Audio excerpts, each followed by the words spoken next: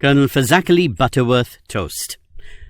Colonel Fazackerley Butterworth-Toast bought an old castle complete with a ghost, but someone or other forgot to declare to Colonel Fazack that the spectre was there.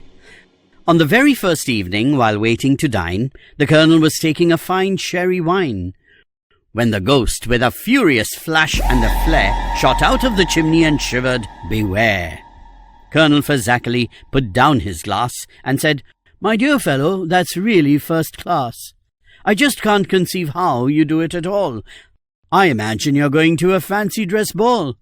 At this the dreaded ghost made a withering cry. Said the Colonel, his monocle firm in his eye, "Now, just how you do it, I wish I could think. Do sit down and tell me, and please have a drink." The ghost in his phosphorus cloak gave a roar and floated about between ceiling and floor.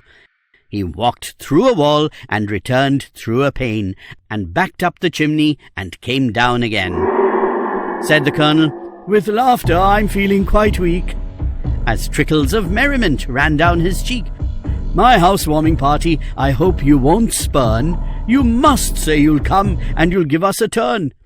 At this the poor spectre, quite out of his wits, proceeded to shake himself almost to bits. He rattled his chains, and he clattered his bones, and he filled the whole castle with mumbles and moans.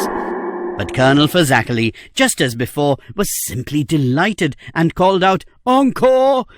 at which the ghost vanished, his efforts in vain, and never was seen at the castle again. "Oh dear, what a pity," said Colonel Fazack. "I don't know his name, so I can't call him back." And then, with a smile that was hard to define, Colonel Fazackerley went in to dine.